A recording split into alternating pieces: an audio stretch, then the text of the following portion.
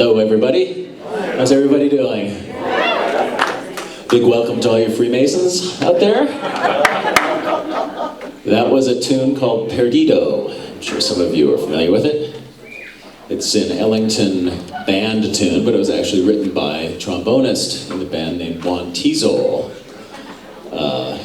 Juan Tizol was one of the few band members of Ellington's orchestra that actually got away with publishing his own tunes, even though he claimed that Ellington stole everything that he wrote.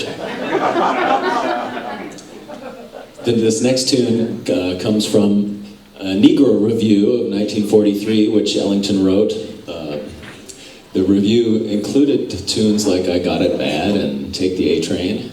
This is a little more of an obscure tune. It's called Jump for Joy.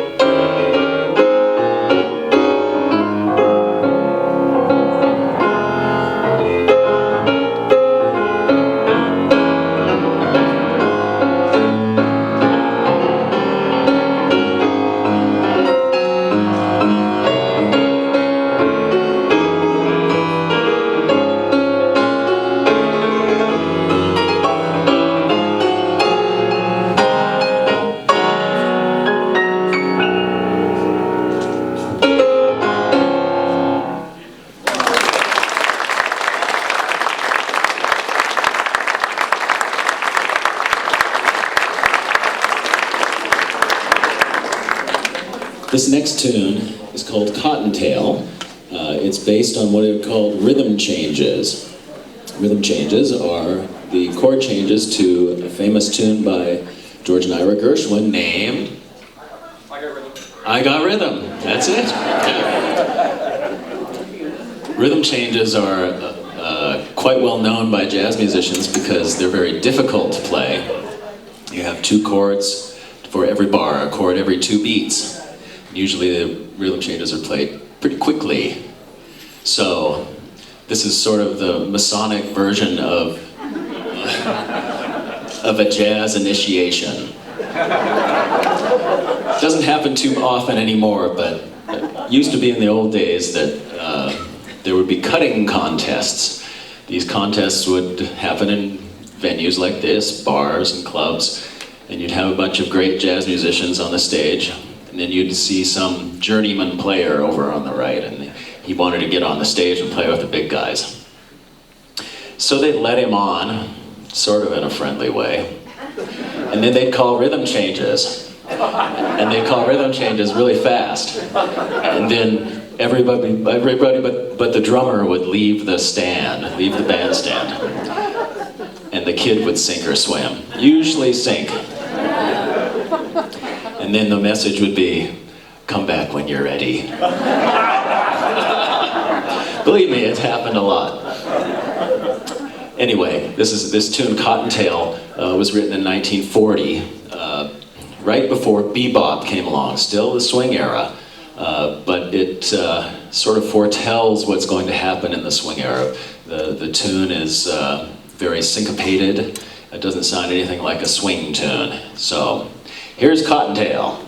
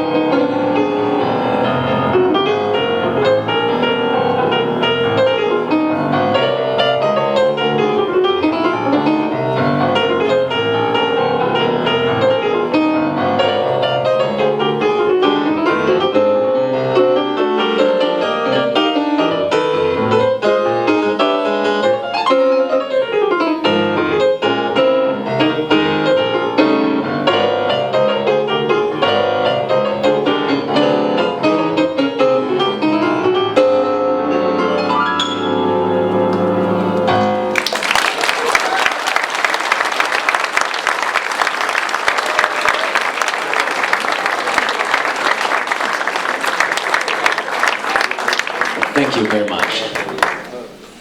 This next tune is a pretty popular one. It's called In a Mellow Tone, and it was based on a Johnny Hodges melody. Johnny Hodges was the famous alto saxophonist and leader of the saxophone section in Ellington's orchestra for many years. Much like Juan Tizol, Johnny Hodges was very unhappy about the fact that Duke Ellington used a lot of his material and put his, the meaning Duke's, name on it. Seems to be the way things went back then. Now there are lots more protections and rights. But Johnny Hodges nonetheless put up with it. He, in later years, used to come on the bandstand, and then when Duke Ellington would call a tune that was based on something that Johnny Hodges had come up with, he would start counting imaginary money as if that was the money that was coming to him, that would have come to him if he had published the tune. Well, what are you going to do with that? This is a tune from 1940 in a mellow tone.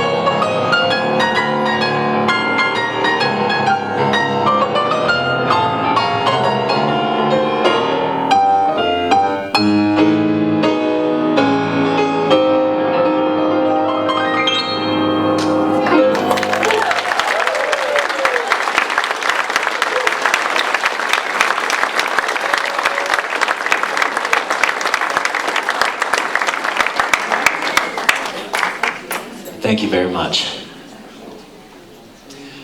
This next tune comes from an extended piece by Duke Ellington. It was called Black, Brown, and Beige. It was one of his first large-scale works, and he wrote it specifically for his 1943 Carnegie Hall debut. And the piece that comes from it is called Come Sunday. Black, Brown, and Beige did not meet with critical acclaim. The jazz critics looked at it and said, he's selling out to the serious side of music. Or that's what the jazz critics said. The classical critics said, Ellington, he's no Bach, he's no Brahms. So Ellington ultimately put out a statement that said his music was beyond reproach.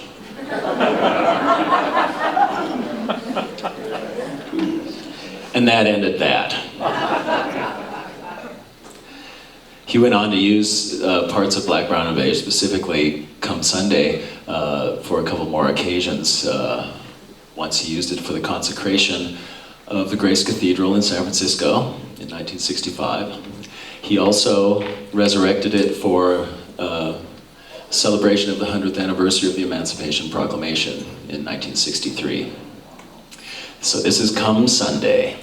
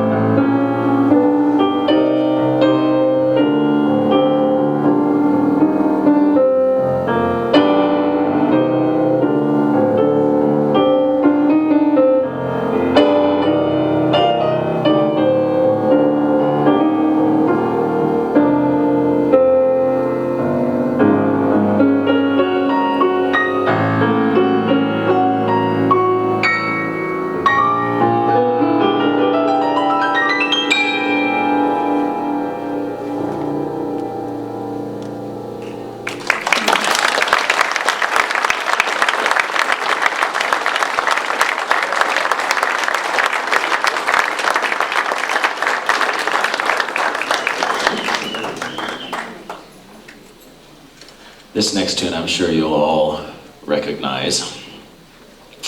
There's a story, apocryphal or not, it's a good one. Duke Ellington had a sidekick who was really more like an alter ego. His name was Billy Strayhorn. He was 15 years Duke Ellington's junior, and they first met in Pittsburgh, 1939. And Billy Strayhorn came up to the stage and showed Duke some music, and Duke was impressed and invited him to New York. And Billy asked, "So you live in Harlem?" Duke said, "Yes." "So what's the fastest way to get to Harlem?" What did Duke Ellington say? "Take the A train." Yes. The A train was a brand new 8th Avenue subway line at that time. And eventually, Billy made it to New York, and from that point forward, from around 1940 till his death in 1967, he and Duke Ellington were inseparable. Take the A Train was one of those tunes that somebody had to fish out of the garbage, because Billy Strayhorn didn't think it was much of a tune. It ended up being the Duke Ellington Orchestra's signature tune. So here it is, Take the A Train.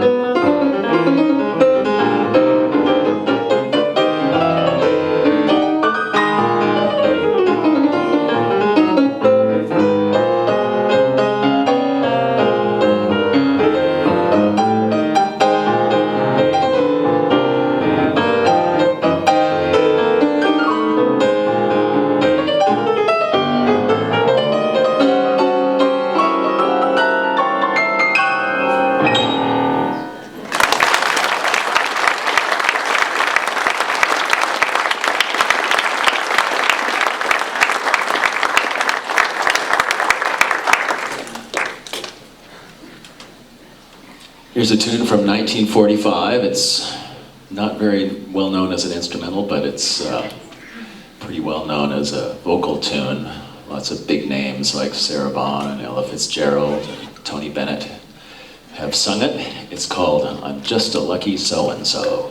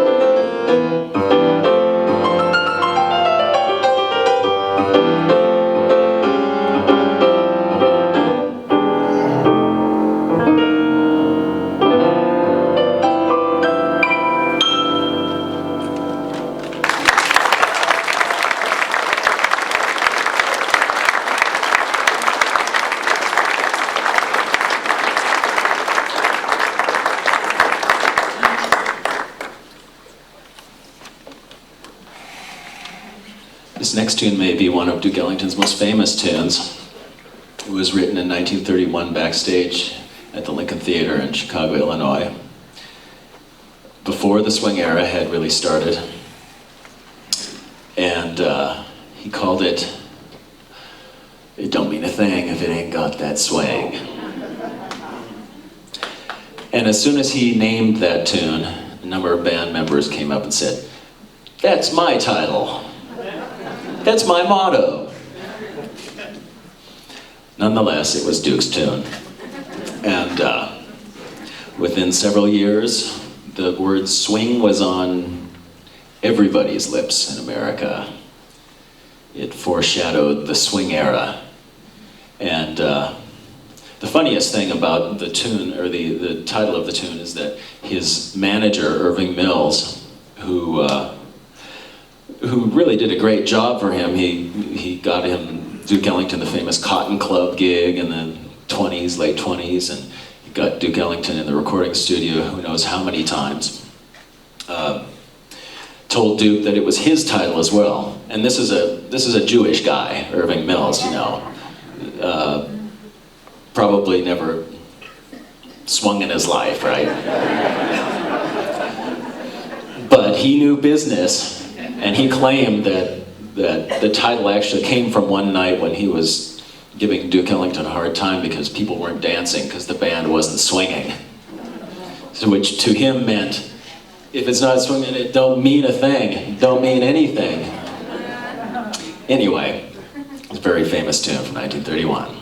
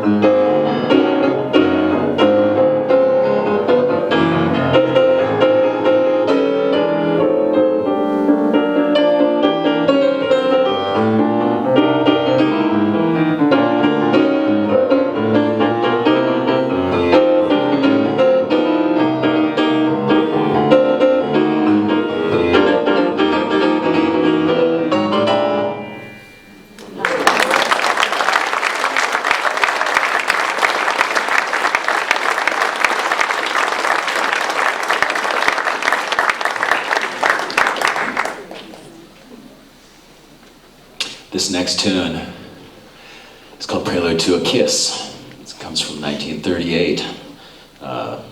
It's most often played as a ballad nowadays, but when you go back to listen to the old Duke Ellington records, you hear a little beat in there. It's what Buddy DeFranco would call a walking ballad, something that you could dance to. Prelude to a Kiss is famous for its chromatic melody, which has vexed vocalists for about 70, 80 years now. It's made some difficulties for instrumentalists too, believe me. So this is Prelude to a Kiss.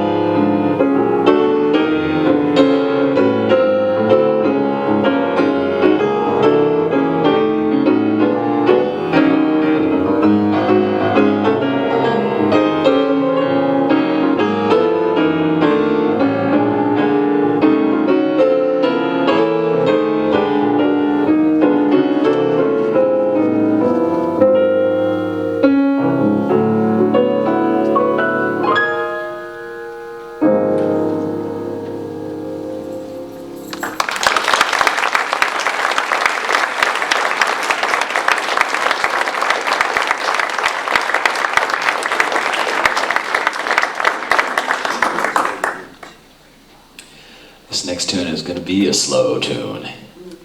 And has quite a story behind it, like most of these tunes do. Duke Ellington in 1958 went to Europe for one of his mini tours over the pond, across the pond. Only this particular tour was very special because he got to meet the Queen of England. And so he had his chance, and they spoke, and he promised he would write some music for her. He was in England for several weeks, and a couple of weeks after meeting the Queen, he was at the piano at a party, improvising, and the lid was closed, and there was a big bouquet of red roses on the piano, and a single petal had fallen onto the lid. And so he looked at that and was inspired and improvised a little melody that he stored in his head and later recorded as a solo piano recording.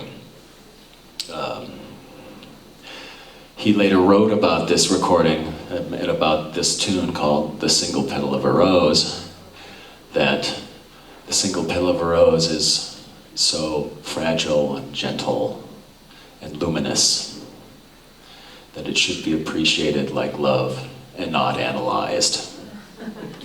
Whatever that might mean. He had a way with words.